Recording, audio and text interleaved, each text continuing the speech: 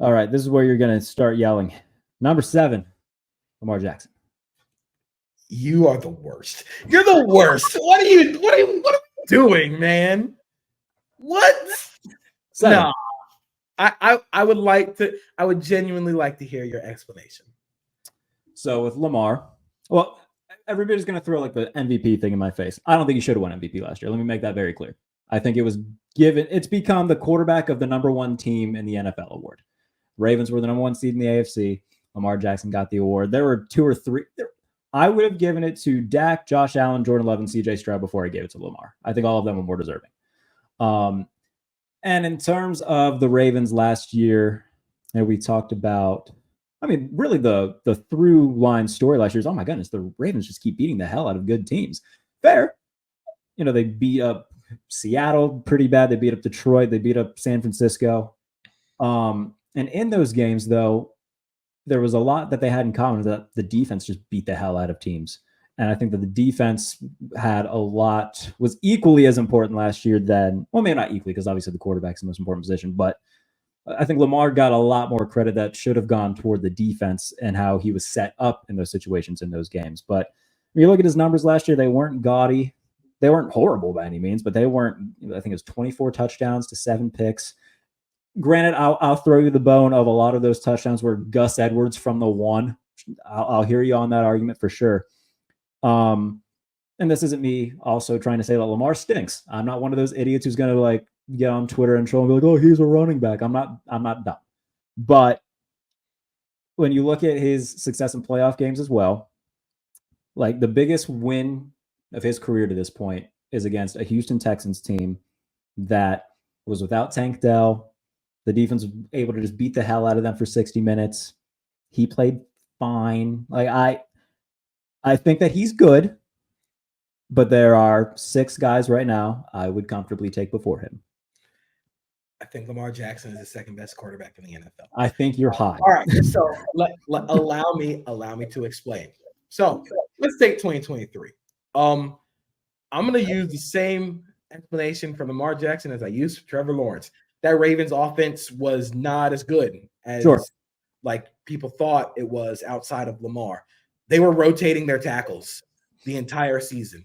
Ronnie Stanley would come in for a drive, then Patrick McCarry would come in for a drive.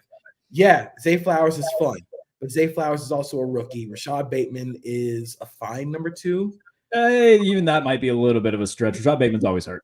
He's fine. And again, often injured. Mark Andrews missed like the last half of the year. And if you just watched how Lamar made all of those issues go away, all of them were rendered null and void because of Lamar's play. I think he took a major step in his ability as a passer. I think people are going to look at the 2019 season and be like, oh, like by the numbers, that was a better season for him as a passer. No, I think this year was his best season as a passer from watching him play, the progression, just the timing that he threw the ball with, and the ability to create from within the pocket. And then you add, he is the biggest threat with the ball in his hands as a runner in the NFL. I disagree. I continue. Look, I get what you're going to say, and I get who you're going to say as a ball carrier, but I think it's different. I think it's a lot different because even like one of the biggest qualities for Lamar is he never takes a big hit. He's never taking a big hit. Nobody can ever get a clean shot on him because he's either faster than everybody else, quicker than everybody else, or he can just duck out of bounds. It's such a underrated high quality of play for a quarterback, especially with his style, that people thought was unsustainable. But we've seen it work at this level. I think Lamar is the reason that it works at this level. And again, just the force that he plays with. He multiplied everything for this Ravens offense, who I get, like, again, the numbers did not look gaudy, but they beat the crap out of some good defenses. Sure. Of course, like the Ravens defense was the best in the NFL last year. That is fair, but they picked up their lion's share of like Didn't they hang like 40 on the Lions? They hung Yeah, like yeah, they did. Yeah. The Niners never really got close to stopping them defensively. I'm going to push back with the Niners stuff because Brock Purdy also gift wrapped the Ravens drives in their territory quite a few times. Even without the turnovers from Brock Purdy, I don't think they ever got close to stopping Lamar, slowing Lamar down offensively. Like just the force that he plays with, the ability to constantly be in his own created state of play on the field, where he's not even moving at 100%, and everybody just looks so slow around him. It's controlled. He plays with so much more control. And I think what happened in the playoffs this year was he tried to force things. He wasn't playing in control. He was out of tempo, and that's something that the Chiefs do good to a lot of players. The Chiefs get teams out of their flow, but Lamar is so good.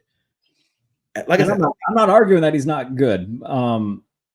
Another thing with him when it comes to the playoffs, like in his career in the playoffs, he has a playoff game against he has a playoff game against Patrick Mahomes.